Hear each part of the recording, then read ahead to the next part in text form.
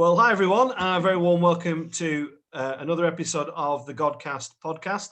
I am delighted to say that joining me today is Kevin Ratcliffe, who is very well known in the world of football, former Welsh international footballer, who spent most of his career playing for Everton. In fact, I believe it was over 350 times for the club. Kevin might correct me in a moment. Lots of trophies, won the FA Cup, the Football League Championship, UEFA Cup Winners Cup, and also appeared in numerous other cup finals as well.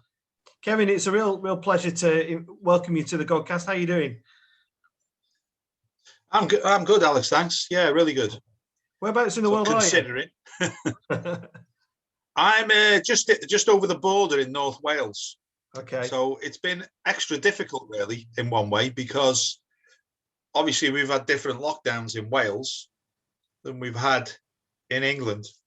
And then our county was in a different tier than the rest of the Wales as well. So it was, it was difficult because, even like we're 150 yards away from the border, you're not allowed over that border, supposed to be anyway. Yeah. And vice versa as well, the other way. But, it's this lockdown seems a little bit stranger in one respect because there seems more cars on the road than there were in the first lockdown. So I don't know if everybody's gone out and bought a new car or what, or just not listening to the rules. It just seems a bit weird because we live right by not far from the bypass. So we have to cross a bridge to the bypass. And on the first lockdown, you'd be going over it. And, it takes you about 20 seconds to walk over it. You wouldn't get a car coming underneath you. Now you're talking maybe, half a dozen to a dozen cars coming past you. Yeah, no, I agree. On what time of the day. It's just, I think we were very strict with ourselves in the first one. The second one seems to be a little bit more, I don't know, where we've laxed a little bit. Yeah. Well, it's the same here in Burnley. I feel exactly the same. So let's get down to business, Kevin. So which part of Liverpool did you grow up in? Wales. Go on. So tell us more. No, that's where I literally live about 2 to 3 mile away where I was brought up. Yeah. So I'm living in Broughton at the moment, not far from Airbus, if anybody knows Airbus. And I lived just down the road in Queensferry, in Connors Quay. A little bit further on, we lived in. So I've always lived this side of the border. That's why I played for Wales. I was born and bred in Wales. My mum and dad as well were born and bred in Wales. So that's my history about playing for Wales. And in fact, I never even knew if I had a chance of playing for England or not. Yeah. But if I did have a choice, I think I still wouldn't have played for England. Sorry to say, because I always grew up wanting to play for Wales. So if that's in you, it's in you, isn't it? There's a few of you guys who were kind of on the border, weren't there? Michael Owen was that around North Wales on the border, isn't he? Yeah. A few of you around there. Yeah, Michael Owen's up the road. Gary Spreed was lived in the same street as my mum and dad. Ian Rush just down the road in Flint. I think Barry Owen was in Holywell. Yeah. And that's just a couple of lads that actually went on and made it. At the higher tier, the lower tier of football, there was quite a few others. Anthony Norman, who was a goalkeeper for Hull and Sunderland. I used to play in a five-a-side team on a Sunday morning with him at the local leisure centre. But he's about 3 years older than me. So there's loads of other players that have actually, played from this area, gone on and I was talking made a little bit of a living out of the game. I was talking to Tony Grant not too long ago, and he was saying how it was very much pockets rather than now. Football's different, isn't it? It's kind of worldwide. Yeah, you were talking to my apprentice. Is that right? Yeah, he was my apprentice. Yeah, really? His nickname was obviously Rodney, as Rodney Trotter, and he always tells a story that's the first time he ever came into the football club as a young kid. And I was on the treatment table, and he walked in. I think I said, "Bloody hell, it's Rodney." So it was either Rodney or Dave It's one of them we used to call him. Yeah. But a good lad. Yeah, I'll play a little bit of golf with Tony now and again. Yeah. When he's back from India. Yeah. Yeah. Busy out there at the minute. And yeah, Kev, what was life like as a kid? You happy memories of growing up as a little lad?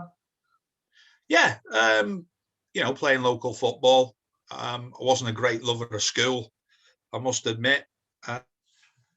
I think my path was sort of, sorted out for me when I was about a 12, 13-year-old. I knew what I wanted. But I was fortunate in the fact that, the path that I chosen, that I made it. There's loads of other kids wanted to do that, but just didn't make it. And, that's down to luck and everything. And in them days, you left school, went to become an apprentice. And the apprenticeship was until you were 18. So if you can imagine I'm a November birthday. I've just got over a year to actually, when I leave school and obviously you're going straight into work as an apprentice, as a 16-year-old. So, but I'm 16 and 9 months or so, something like that. Mm. So I've literally got I think about a year and 3 months, to prove myself. Whereas now they get the 2 years and, all that type of, so you get 2 seasons. And they had to tell you 3 months before your birthday if you're going to be taken on. So if you think September, we've only been in training July, started matches in August. So you've only had another month, you've had a season and then another month of maybe playing games to convince them who decides to sign you on as a pro. So lucky enough, then I got a 1-year deal, which turned into a 2-year deal then after that. Yeah. But it doesn't happen to everybody. It's hard work. But we had a good group of lads. And I think that helps when there's not just you, there's a number of lads. Steve McMahon was an apprentice with me, Joe McBride. Yeah. And them lads, Pat Hurd, who went on and played for Villa, Paul Lodge, Brian Burrows. So there was quite a few of us through that age group that actually went on and had a good living, and some others as well. Yeah. And before you got to footy, Kevin, was there any religion in your family as a kid? Was church ever on the agenda for your parents? My mum's Catholic. My dad's Protestant. So that was they got married in a Catholic church.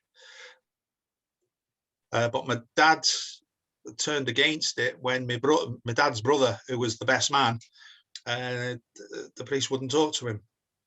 So he decided I wasn't going to go to a church or anything, and I never did. I think I went to Sunday school as a young kid, but it's one of them that it was a day off from school, and I didn't want to be spending my afternoons on a Sunday in Sunday school when I was having another 5 days after that. I was quite rebellious in one way, but none at all. None of the family have really been that way.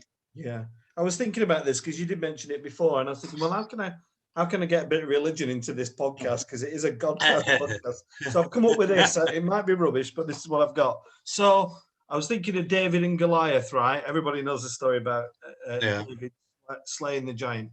So it got me thinking about giant killers. Can you recall, Kevin, a time when you were kind of either the giant killer, where you slayed the giant, or whether you're actually on the receiving end of that, where maybe at Everton, where a small club came along and took you out? Can you recall any? Well, at Everton, I was quite proud of the FA Cup.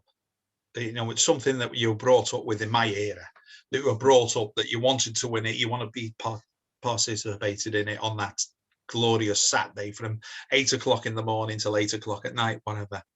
And it's everything that come with it. It seemed to put you up there a couple of steps, if you know what I mean. Because you got to remember, there was no Sky, there was no BT. There was literally, BBC One or ITV, and it was showed on both channels. So they were always competing who was going to get the best interviews and things like that. And you were being interviewed more on that one day than you would do right the way through the year. So that was how important the FA Cup was to me. So I was very proud that when you played, I think we lost a League Cup game against Grimsby at home. and a lad called Paul Wilkinson, who we later signed, scored the goal. But we absolutely battered them. But you can say that's the only giant killing. As me being involved in one, yeah, against Everton when I was manager of Shrewsbury, and we beat them 2-1, and it was a tremendous sort of achievement by the players, but really weird for me, knowing that you've knocked your old club out. But it was a nice feeling, but a weird feeling as well for me. But I'm sure it was a great achievement. Well, it was a great achievement for the club and the players. Yeah, and the other kind of biblical question I was thinking of, which you've won a lot. I think it's a real honour to interview you, Kevin, because you've won a lot. And what of all those? Which was the heavenly moment? Which was the kind of all those things that you did? What was the FA Cup? FA Cup, first one in '84, and people say why. That's people saying that why now because of the way the FA Cup's treated by clubs. But believe me, when they get there, they're desperate to win it and disappointed when they don't. But the FA Cup, because that's what I was brought up with, and it was leading on then to bigger and better things for us. So, we went on then to win the league, featured in another 3 FA Cup finals after that. So it was an achievement that really pushed us to that next step, really. That's what that did to us. That's what I believe anyway. Yeah. And the hell, what was Kevin, what was the lowest point in your career? Just being released by Everton. It's a club that you've supported since a young boy, since I've been about 8 or 9, to be taken on by them, and then the disappointment at the end to be let go by them. That was a massive disappointment because then you're not going to go any higher. At 32, you're just going to go lower and lower. Yeah. And then them days, you never really earned enough money to retire at 32. And that was one of my, if I could have it all again, I would love to be in the shoes of the likes of Jamie Carragher and Phil Neville, where you can retire by playing for just one club. But unfortunately, finances didn't dictate that I could do. So I had to really keep playing, not for the love of playing, but because it was a job and it's the only job I knew. So, there's some things that you wish you could have done, but you couldn't have done anyway in hindsight when you look at it, because you couldn't afford to. No. Did you see it coming, Kevin? No, that's the thing, is you never see it coming. And when I look back, I should have left Everton maybe 8 months to a year before. I actually did. I should have gone on my terms and not the club's terms. But that's always in hindsight. But you always think that you can come back. You look who's in front of you. Are they better than you? And I didn't think so at the time. But obviously, it's not me that's making that decision. It's the football club. And I'm right in saying you went to Dundee. Is that right from there? Yeah, for my sins, I went to Dundee. When I was looking at that, I was like, gosh, this is a guy that's won a lot. He's got the utmost respect of the fans and the club. How on earth did you end up in Dundee? No disrespect to Dundee, of course. I was actually on holiday in the summer, and Simon Stainrod was the manager of Dundee, and he was only a year or 2 older than me, but he'd retired and was up there playing. I think he played up there, but he got this job at Dundee and asked me to go up. And when we got back, when I got back off holiday, about a month or 2 later, I got a phone call off him. Do you want to come up and play for us? Come for a month and see how it goes. But in them days, I flew up. He said, I'll fly you up. We got a game on the Saturday. You can fly back on the Sunday. He said, then come back and we'll do that. We'll give you 2 flights a month. Well, little did I know that there's no flights out of Dundee on a weekend. you're literally landing on a strip next to the river, and there's a porter cabin as the airport. I don't know, it must have changed now. So it must have taken me 3 weeks then to get home. And the only way that I could get home was flying from Aberdeen to Heathrow to Manchester. That was the only way I could. So, and then I didn't have a car with me because I'd flown up. So I thought, oh, I'll drive. Well, I got in the car, I drove, and I get to Carlisle, and it's taken me 2 hours, 15 minutes to get to Carlisle. And there's a signpost, Glasgow, 99 mile. So I know I've got another hour and a half to go before I get to Glasgow. Then when I get to Glasgow, you see there's a signpost there telling you Perth this way, Dundee, whatever. And that's another 2.5 hours away. So it's taken me 5.5 hours to get up to Dundee in the car. And I'm thinking, this is a long way. You know, you could, the roads weren't as good then. I'm sure it'll take you maybe about 4.5 now. But it would, it was a little bit different. And you realise how far and how lucky you've been by staying at the same club. So you get. I then left there, and I left there, and I went back to Everton. They were sort of paying me a nominal wage, really, just to play for the reserves and train with the kids. You know, as experience for them, really. And then I got a call Christmas time.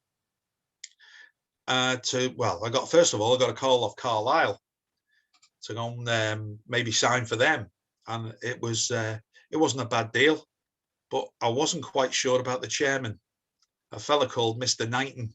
Oh no! It was going to be so I wasn't quite sure, and I think I've been proved right there. I think you have on that one. And I got a call from Eddie May. Eddie May was the manager at Cardiff, and he gave me a call. And like everybody, they want to see if you're fit or not. So I actually went down there. They slightly reneged on a bit of a deal that we had, me and the manager. And I did sign for him at the end, but it was on a weekly contract. It was supposed to be a game by game. But what they didn't realise is you could have 3 games in a week at that level. So when I went down there, they said, well, the saying that I was getting per game, I was getting per week. And my argument was, what if I get injured in that second game in the week? You know, it doesn't. So they give me a contract to the end of the year because there was a bonus system there. I don't know if you ever heard of this, but the chairman had actually had a bet on Cardiff to go up. And he was due to win about £1.5 million. But what he did is he give the players a big bonus, and the bonus worked out between each player that was about 40 to 50 grand. Now in them days, that was, you know, for that level, was a massive amount of money. But it was actually, you know, structured as in, if you got any bonuses through the year, then bonuses were taken off pro rata to whatever you played. So, you know what, but the maximum you could come out with was about 40k on top of your wages, which was a great deal. But if you worked it out, he had everybody on a bonus, even the dinner ladies there. So that everybody was pulling in the right direction. It was a great idea. But he wasn't a football man. He owned Barry Island, right? Pontins. Yeah. So, but he seemed to treat a lot of the players like blue coats, and that because that's what they wore there. And it was, sadly, it ended not too good there. But we won the league that year. I think we played against Burnley that year, and beat them. So we won the league. I think Barnet were the other team. They were going to get promoted. Shrewsbury were up there as well. So there was a lot of good teams in and around then, and we won the league. I got there at Christmas and we won the league. Another lad that signed just before me called Phil Stant. I think Mansfield way he's from, Nottingham. Robbie James played as well. Nathan Blake. So we had there's quite a few youngsters, you know, the Nathan Blakes, Jason Perry's, Damon Searle, lad Ward in goal, Gavin Ward, who went on and I think he played for Bolton. So we had a decent side and stormed the league in the end. Kevin, can I ask, when you've had such a successful career and you've won all these medals and you've been in these finals, what did it feel like when you ultimately knew your career was winding down? Were you one of these guys that dealt with that quite well, or were you like Gaza where the wheels came off, or how did you deal with it? No. Well, I had a family. It massively helps that you've got a responsibility, and your responsibility is making sure they're okay and they get a good living, really. So that was my main priority, was them.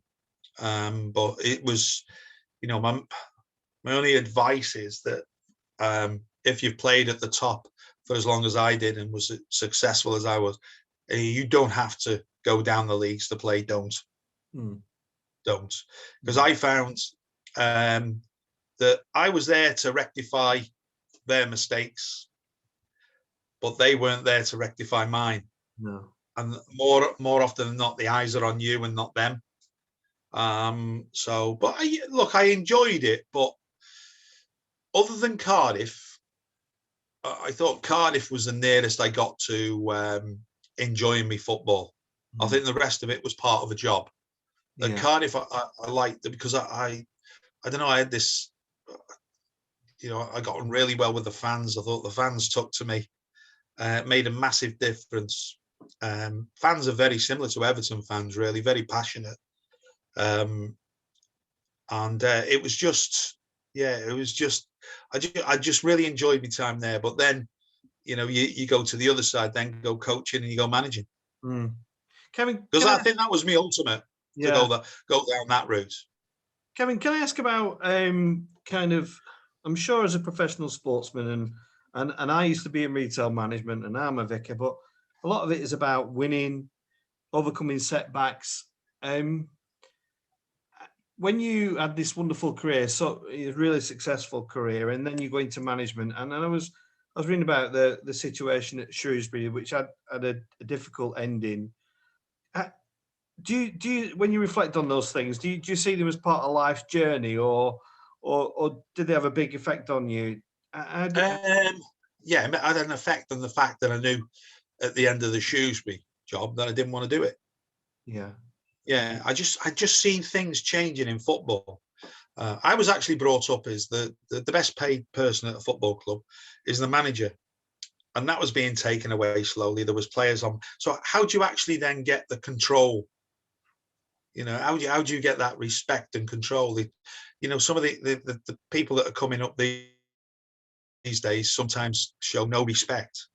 You've definitely got to earn the respect anyway through the play. It doesn't matter what you've done. But I just felt that the control was going. Things were changing in the world. I always remember when we played, if we got a fine, we had to pay it cash. Cash was king. I can't really remember too many lads in our era that had a credit card. It was a checkbook. We were paid weekly. When I left Everton, I was then gone from weekly to monthly. It was really weird. And like I say, credit card. So if you put a fine in on a player, say the player got fined like 150 quid or something like that, and he got fined because that's what they would do them days. And you'd have to pay it cash. Right now, you could spread that over a month or whatever, or 2 months, depending on what the players, what the fine was for. But didn't stop that player then not going out that weekend because he had a credit card. But if he didn't have a credit card, it would stop him going out, if you know what I mean, because you could get everything on a credit card. And that's just an example how things were changing.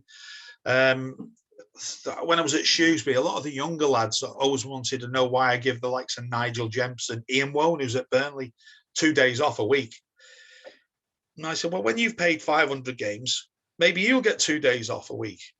I'm looking after the bodies. They're not as fit as they were. They can't do what you young lads can do in training. And, you just felt that Yeah, and even more so now, because I think every football is an expert on football. But you still to see them doing these stupid things, you know. How can you be an expert on football when you're only 22 years of age? Yeah. I was chatting to and become quite good friends with Andy Payton, who's a former Yeah. Claret, who had a fantastic career for us. About, you know, he wasn't a regular Premiership player, but he played at a pretty good standard. Let's be fair, he played for Celtic, and then he went into non-league football, but he struggled with the golfing in class, you know, and what you said earlier about, you know, if you don't have to go down the leads, then don't. Yeah. Did But he you went the other find? way, did he? Pardon? He went up rather than down. Well, he retired, and you know, and now he's a. Yeah, I think yeah. I suppose my question, Kevin, is did you know? Is it hard dealing with players who don't have the ability that you'd been playing with? Was that ever a problem? You used to laugh about it, joke about it sometimes. Yeah, I used to put sessions on when I was coaching and managing, and I put a session on in an area, and then I used to shorten it, and then I'd tell them, this is when you get up another level, this is what you'll be training on, what type of area. And then we go from a 20 by 20 area to a 10 by 10 area with the same amount of people in it. Just keep ball, maybe 5v2s or something like that. And when I get to the 10 by 10, I says, this is when you've made it and you're playing Premiership, the top. This is what they couldn't do it. But you couldn't put that session on every day, because what you'd be doing is you'd be demoralizing the players. So you wanted something that you would actually get something that's going continuously and not breaking down. But I used to sort of just illustrate to them that this is, you know, if this is where you want to go, this is where we've got to be. And to be fair, they got better. The players got better. You know, sometimes it's when you go in, you know, you've got to accept the players that you've got. I did say I can't remember who it was once. I think it was Dean Saunders was manager at Wrexham, and he let go a player that I was quite fond of in a way. That I thought he wasn't a bad player because he could play in a number of positions, and at that level, I think it's vitally important that you've got a few of them, not just one of them, but a few of them. And he says, "Oh no," he says, "every time he plays, he makes 5 mistakes a game." And I says, "Yeah, but as a coach, isn't it your job to make sure he only makes 3 then? I'm not going to say you're not going to make any, but you know, just to make 3." And he looked at me and he thought, maybe, because that's your job as a coach to try and improve players. And I'm glad to say that when I left Chester, I left them in a financially, I made a lot of money for them, and the same as Shrewsbury. You know, but unfortunately, you know, things were going the other way, which is out of your control. At Shrewsbury was a little bit different. You know, you get bad injuries and everything, and then you start losing games. You know, that I was telling you about, we beat Everton, but we never won a league game after that. And that was January, first week in January. We never won. That's why we got relegated, because we never won another game. Yeah. But I made Shrewsbury, I think, maybe 2 million. Yeah. You know, there was, no, maybe less. Well, no, I left them in all. If you think that I turned a 700 grand debt into a 600,000 pound profit, by the time I left the club, where 2 players they've been offered just under $1 million for 2 players. So it was about you know, they could have made some good money. Yeah. Kevin, Yeah. let's talk about the happy times, because I'm sure most people want to hear about Everton and stuff. What was it about that golden era for Everton? I mean, obvious stuff like good footballers, good managers, but you know, as you often see, good footballers don't make a good team. What brought it all together for you? Well, obviously, I'll mention the FA Cup final that we won, but prior to that, we got to the League Cup final against Liverpool. But it was the manager putting the team together. You need a little bit of luck as a manager, and I think he struck lucky, Howard. with maybe a team selection that went right for him. And after that, he never looked back. And that was a Coventry game in November, prior to the cup final, where Peter Reid was a sub and come on, changed the game. We were losing 1-0 against Coventry, and Peter comes on, changes the game, wins 2-1. Graham Sharp scores an injury time winner, takes us through. We sign Andy Gray on the Thursday. We promote Howard Kendall promoted Colin Harvey from reserve team coach to first team coach on the Wednesday after the game. Andy Gray coming in, and then we just went from a bottom 6 club to a top 6 club just like that. But the team spirit was unbelievable, and that was down to the manager picking the right players to come in. And if they didn't settle or go the way that he wanted, they'd be out the door. Not ruthless type, but so that it looked good in the manager's favour and not the players. But no, the team spirit was fantastic, and I don't know if you know Adrian Heath, who played for Burnley. Great character, and I'm sure that Tony Grant would have told you that when he was there, I think it was carried on the way that he was brought up within the club. It was just a good time to be a part of Everton Football Club.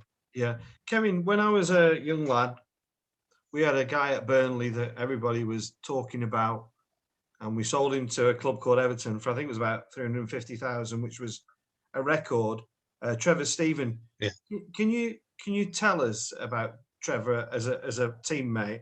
What his quality was? What made him such a good footballer? Well, first and foremost, when he come to Everton, he was only about 19. And that was a lot of money for a 19-year-old. But Howard just loved him. But I'll tell you what, he just worked it ideally, really, the way that he bled him into the first team. I don't think he actually played in the semi-final against Southampton before we got to the final. He never played in the League Cup final. He never played in the semi-final against Southampton and the FA Cup when we got through. But he played in the final.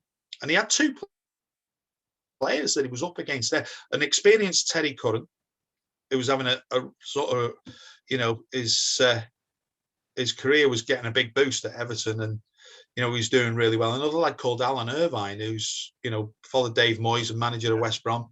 He had them 2 lads that he was up against, but he got the nod in the final. And Trevor was one of these. His nickname was Tricky. If you're in trouble, give the ball to Tricky, and Tricky would keep the ball for you. Tremendous leap he had, to head balls on. I think he got a few headers as goals, actually. Brave, really brave. Work rate was brilliant. Howard couldn't wait for him to mature even more, to actually become a centre. He thought he'd be a really good centre midfield player. Right. But I think if you think about England playing against Poland when they were going through that sticky period over, I think it was Mexico, wasn't it? And I think, was it Butch Wilkins got sent off? Yeah. And then all of a sudden they changed the team, don't they? I think Peter Reid was playing. But Trevor Steven, I think, played as a wing back in that game. I'm not quite sure, when they changed it. And Trevor was like that. He could adapt anywhere. Great guy. But like I say, very inexperienced in them days. So when I knew Trevor, he was like, I think the eldest he was, about 23, 24 when he left Everton. Yeah. But fantastic career. And most probably technically the most gifted player I've played with. Right. Yeah, definitely. That's some. Yeah. I think he's another guy who lived on the border. I think he was from Berwick. I think he was right on the border of Scotland and England. I think he was. Yeah. No sign of a Scottish accent there. No. I don't know where that come from with Burnley. And just a bit about the international stuff, Kevin. Fond memories of playing for Wales, but I suppose tinged with a disappointment that during your time you didn't get to any finals. No, we never. No, we come close a few times. It was international football was difficult.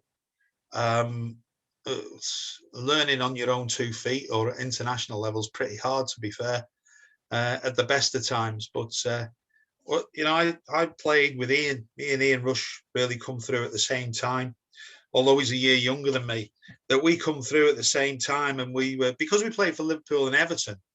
You've got to remember all the rest of the players were playing for I think it was I think Teddy Yorrith was at Coventry, and I think there was another lad. I think Brian Flynn was at Leeds. But they weren't the great sides that they were, if you know what I mean. I think Terry might have been at Tottenham for a little while as well. Oh, Vancouver, I think he went over to play for. But the other, Leighton Phillips, who played for Villa, I think he was at Luton at a time when we were playing for Wales with us, John Mahoney. But these lads were all coming to the end of their careers. Joey Jones was playing for Wrexham. You know, Mickey Thomas was playing for whoever to pick him on a Saturday. He was just everywhere. And they were coming to the end of their careers. Yeah. And then all of a sudden, there was a change in the guard. And all of a sudden, me and Rushy were the most experienced players in the squad. As in, you've won something. Mm. You're playing for big clubs. And people were looking at us, trying to, guidance of, international. And we were inexperienced. We hadn't played 20 games for Wales, maybe. And they were looking at us, and especially in games, if games weren't going right, what do we do now? Yeah. How do we change it? And that was the big thing. How do you change it? Because if you haven't got the bench to change it, you're asking a lad, no disrespect, to come from the 3rd division to actually change the game. But they did as well as they could.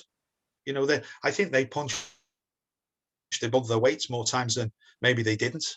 But if you're doing that, to get to major championships, you need a really good squad. And unfortunately, we never had a bench. And if we had a few suspensions or people unfit, then players on the bench were playing.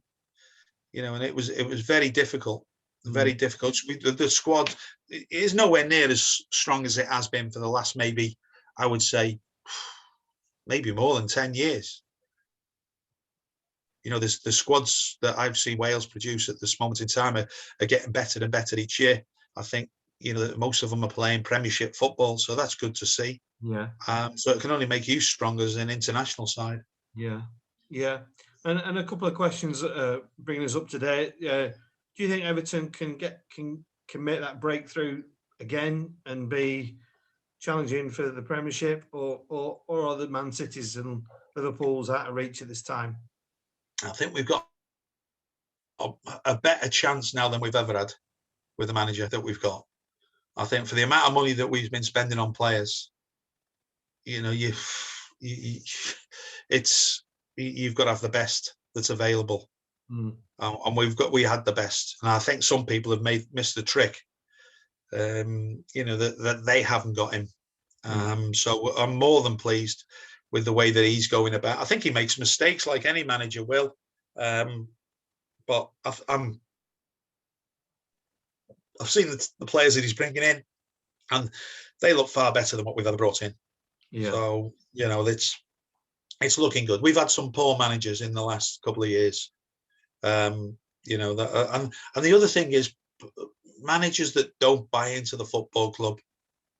It's about them more or less. Ronald Koeman was a perfect example, that he never bought into the football club. It was never we or us. It was them type of things. So that don't work for me.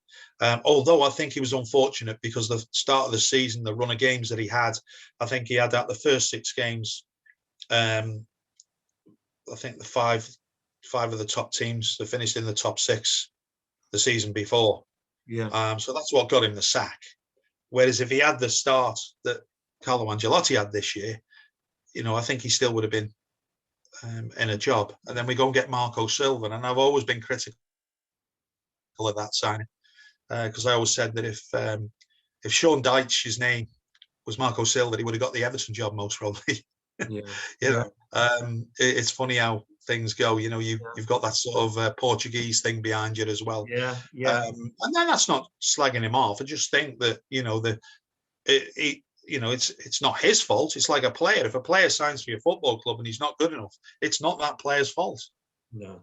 It's either a very good job by the agents or a poor job by the coaching or the scouting team. Yeah. And Kevin, just a comment on the Clarets, because I mean I've been a follower of Burnley for years, and as a kid I never thought I'd actually see Burnley in the Premier League. I just thought it was beyond us. But now we're in our 5th straight season there. Just a word about Burnley being a small club in fighting and punching above its weight. Well, that speaks for itself, what you just said, punching above your weight. But you've seemed to become a Premiership team now. And I really like the way that you've rolled your sleeves up over the last few years. When things haven't been going right for you and you've been languishing, down the bottom. I mean, I still know the season's not over, but, a couple of months ago, you were really fighting down there, but you seem to pick yourselves up.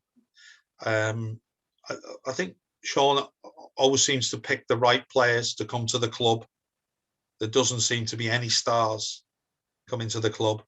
I was quite surprised you got Decore, by the way, when you signed him, because years and years ago, I was like touting for him to come to Everton when he was playing for, what was the Belgium side that he was playing for? Michelin or something, no?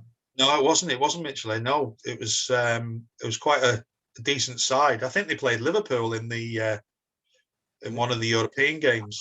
Standard Liège. I can't. Standard Liège, yeah. And he played with him, Fellaini, and the other lad I think went off to Bayern.